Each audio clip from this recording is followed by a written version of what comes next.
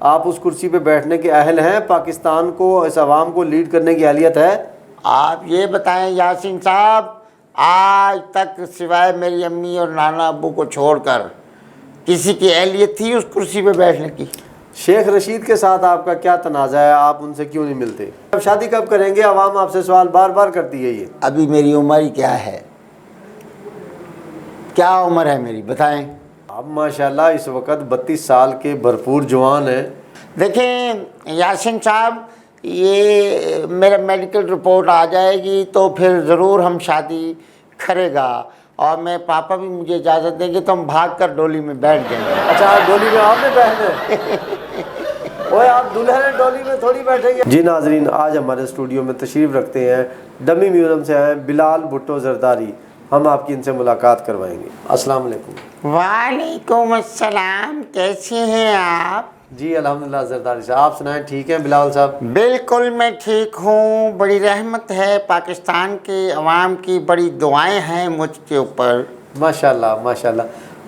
بلاول صاحب یہ بتائیں سب سے پہلے کہ سیاست میں آپ کو کیسا لگا کہ آپ عملی طور پر سیاست میں آئے ہوئے؟ تقریباً آپ کو 15 سال ہو گئے۔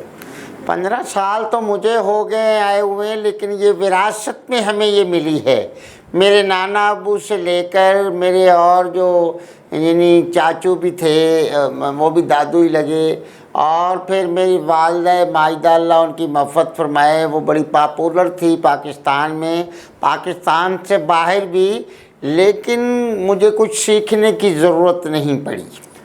جی جی بالکل، وہ آپ کے لہجے سے لگ رہا ہے کہ آپ نے کچھ نہیں سیکھا۔ یہ بتائیں، آپ کی والدہ سے یاد آیا ایک سوال ہمیں۔ آپ کی والدہ محترمہ یقیناً ایک بین الاقوامی لیڈر تھی اور پاکستان کی محب وطن تھی، ان کا قتل ہوا، مرڈر ہوا، اس کیس کی آپ پیروی نہیں کرتے، ان کے قاتلوں کو کیفر کردار تک نہیں پہنچاتے۔ آپ کی گورنمنٹ آئی ہے، مختلف گورنمنٹ آئی ہیں، تو آپ نے اس سلسلے میں کیا کیا؟ کیوں نہیں کرتے کیس کی پیروی؟ ان کے منظر عام پہ، عوام کے منظر عام پہ، عوام کے سامنے ان کے قاتلوں کی کیوں نہیں لے کے آتے آپ؟ یاسین صاحب، یہ آپ کی سوچ ہو سکتی ہے مگر میری نہیں، اس لیے کہ اب کسی ایک ناجائز آدمی کو تو ہم نے پھانسی نہیں دے دینا۔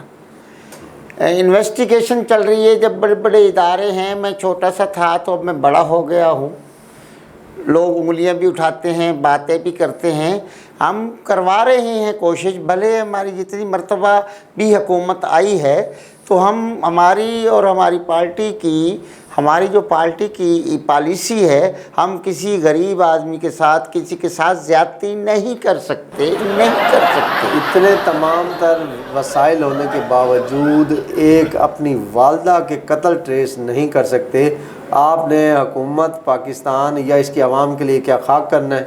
نہیں دیکھیں، وہ تو ایک خدمت کی بات ہے، ہمارا ایک نعرہ ہے کہ بھٹو زندہ ہے، زندہ ہے بھائی، بھٹو زندہ ہے۔ سچ بتائیں، کیا بھٹو زندہ ہے؟ جو حالات آپ نے کراچی میں کیے ہیں، جو سندھ میں کیے ہیں، کیا اس سے کیا آپ کو لگتا ہے کہ بھٹو زندہ ہے؟ کیونکہ کراچی میں ہم نے کیا کر دیا ایسا جو عوام میں یا آڈینس میں ہمارے لیے کو برائی ہے؟ آج بھی الیکشن کرا لیں، ہم جیتیں گے۔ جس طرح آپ نے ابھی بلدیاتی الیکشن جیتے ہیں، یقیناً اسی طرح ہی صوبائی اور قومی بھی جیتیں گے۔ ہمیشہ سے یوں ہی جیتے ہیں، کسی نے ہمارا کیا کر لیا؟ یعنی کہ مخالفین کو آپ نے جیل میں بند کروا دیا، مقدمے منظر عام سے غائب کر دیا، تو آپ ونر ہی ونر ہے، ون سائیڈڈ ہے، ونر ہے۔ نہیں، ون سائیڈڈ نہیں ہے، جو کوئی جرم کرتا ہے اس کو وہ سزا تو پاتا ہی ہے۔ اچھا یہ بتائیں کہ آپ ہیں زرداری خاندان سے، بلوچ، بیسیکلی بلوچ خاندان سے، جی، آپ کے اندر بلڈ ہے زرداری صاحب کا، آصف علی زرداری صاحب، آپ اپنے نام کے ساتھ بھٹو کیوں لگا سکتے، کیسے لگا سکتے ہیں؟ کیا میرے اندر بھٹو خاندان کا خون نہیں ہے؟ نہیں ہے۔ محترمہ بے نظیر بھٹو وہ کس کی بیٹی تھی؟ وہ تھی، ہماری وراثت گنی جاتی ہے والد سے، والدہ سے کبھی بھی نہیں گنی جاتی۔ آپ کی وراثت گنی جاتی ہے نا، تو میری والدہ کی وراثت میں کچھ نہیں آیا، ان کی وراثت میں اتنی آج تک جو پاکستان میں یہ بے نظیر انکم سپورٹ جو ہے وہ کون، کہاں سے اور کیسے آتا ہے؟ یقیناً یہ ایک گفٹ تھا محترمہ کے حوالے سے، زرداری صاحب کی ایفرٹس تھیں، ان کے نام سے بے نظیر انکم سپورٹ پروگرام آ گیا۔ تو اسی لیے کہتے ہیں بھٹو زندہ ہے، وہ بھٹو کی ہی بیٹی تھی نا۔ وہ بھٹو کی بیٹی تھی، آپ تو بھٹو کے بیٹے نہیں ہیں نا۔ میں بھٹو کا بیٹا نہیں ہوں، ماں کا نام کیا تھا؟ وہ تو بے نظیر بھٹو خاندان سے تھی نا، آپ زرداری خاندان سے ہیں۔ بھائی دیکھو نا، میرا نام بھی تو بلاول زرداری بھٹو لکھا جاتا ہے نا۔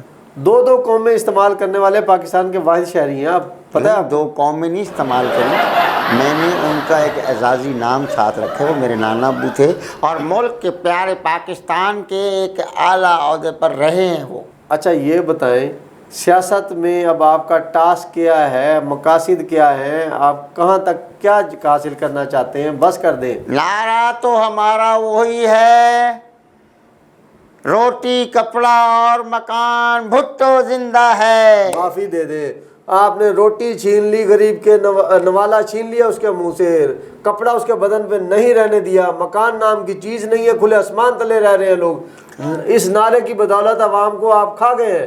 وہ بھٹو یقیناً مر گئے ہیں، اللہ کو پیارے ہو گئے جنہوں نے یہ نعرہ لگایا تھا۔ آپ نے اس نعرے کی اور اس عوام کی وہ آپ نے تہس نہس کی ہے کہ رہ رب کا نام۔ کوئی تیش نہیں، آپ نکل جائیں روڈ پر، آپ بغیر کپڑوں کے پھر رہے ہیں۔ غریب عوام دیکھے آپ نے کبھی سڑکوں پر؟ کوئی بھی غریب عوام بغیر کپڑوں کر نہیں اندرون پھر۔ سندھ میں 76 سال ہو گئے پاکستان کو بنے، آج تک صاف پانی سے محروم ہے۔ کراچی شہر آپ نے جو کنٹینر مافیا پانی سپلائی کا لگایا ہوا ہے، وہ آج تک کراچی کے رہائشی صاف پانی سے محروم ہے۔ آپ نے کیا دیا سندھ کو، کراچی کو، وہاں کے باسیوں کو؟ سب کچھ دیا ہے، پانی بھی صاف مل رہا ہے، مل رہا ہے؟ نہیں مل رہا۔ نہیں مل رہا ہوگا، میں کون سا گیا گٹروں ہوں؟ کا بیچارے اندرون سندھ کے گٹروں کا پانی پینے پر مجبور ہے، جوہر کا، جو بارش اکٹھے ہوئے پانی جوڑا بنا ہوتا ہے، اس جوہر کا پانی پینے پہ مجبور ہے۔ اسے صاف فلٹر لگایا ہوا ہے نا؟ نہیں لگایا، لگایا ہوتا تو جوہر کا پانی پیتے۔ وہاں سے صرف آپ کو یہی بتانے آتے ہیں کہ ہم جوہر کا پانی پی رہے ہیں۔ آپ نے ان کو طبی سہولیات کے حوالے سے بتائیں، کیا کوئی نیٹ ورک بچھایا؟ کیا نیٹ ورک؟ اس میں بھی مطلب جائز اور زونگ اور یہ ان کے نیٹ ورک بچھا کے۔ آپ کے والد صاحب کے حوالے سے جو 10% سے لے کے اب 100% تک چلے گئے ہیں، کیا آپ انہی کے نقش قدم پر چلیں گے یا بھٹو کے نقش؟ یہ دونوں علیحدہ علیحدہ چیزیں ہیں، آپ سوچ سمجھ کے جواب دیں کہ آپ نے بھٹو کے نقش قدم پہ چلنا ہے یا زرداری کے نقش قدم پہ چلنا ہے؟ میں نے نقشہ بھٹو صاحب کا بھی بنا لینا ہے کیونکہ میرے نانا ابو تھے، اور میں نے ابو کا بھی نقشہ بنا لینا ہے، چلنا میں نے اپنے قدموں پر۔ اس کو کہتے ہیں نقش قدم۔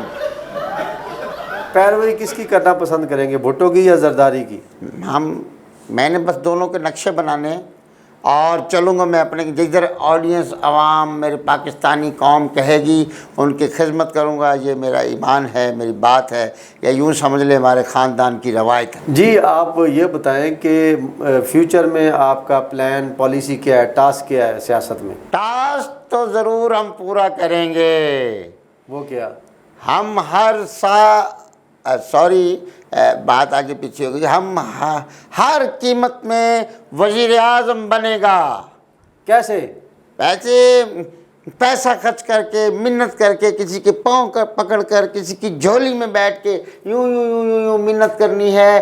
جو کچھ کسی کو مارنا بھی پڑ گیا تو میں گریز نہیں کروں گا، نہ ہی میرے پاپا گریز کریں گے۔ وزیر اعظم، میں نے ابو سے کہا میرے وزیر اعظم بھٹو زندہ ہے۔ یعنی کہ اس کرسی کی آپ سمجھتے ہیں کہ اس کرسیت کی اہلیت ہے آپ میں اندر؟